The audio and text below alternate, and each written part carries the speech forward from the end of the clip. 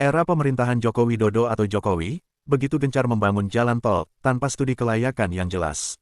Alhasil, banyak tol sepi yang membuat pengelolanya tekor besar. Menteri Pekerjaan Umum PU, Dodi Hanggodo mengatakan, kondisi tersebut menjadi perhatian serius pemerintah.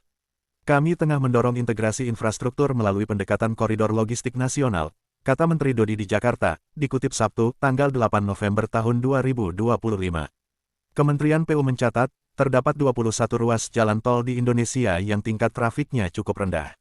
Angkanya di bawah 50% dari asumsi dalam Perjanjian Pengusahaan Jalan Tol (PPJT) per 2024.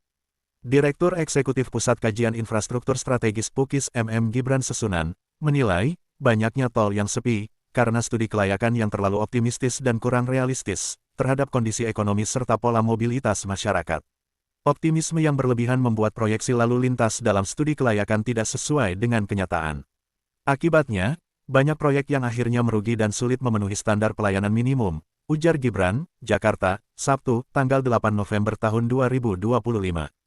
Ia menambahkan, pendekatan yang digunakan selama ini, terlalu fokus kepada aspek pembangunan fisik, tanpa mempertimbangkan integrasi wilayah secara menyeluruh.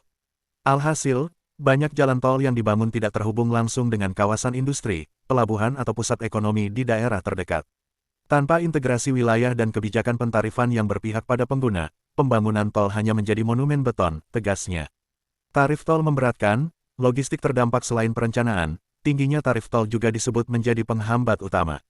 Gibran mencontohkan, tarif kendaraan golongan 1 di tol Manado Bitung mencapai Rp1.200 per kilometer, angka yang dinilai terlalu tinggi bagi pelaku sektor logistik dan transportasi barang.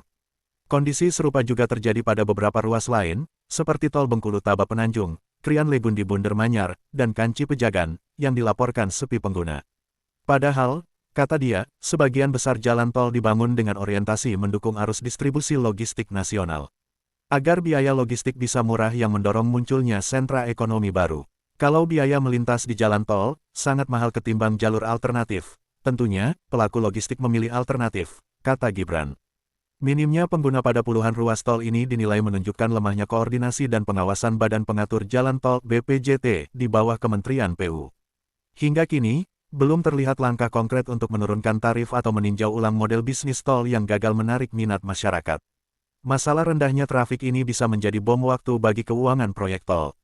Kegagalan pengembalian investasi akan menghambat pengembangan proyek baru, bahkan menekan pertumbuhan ekonomi, ujar Gibran.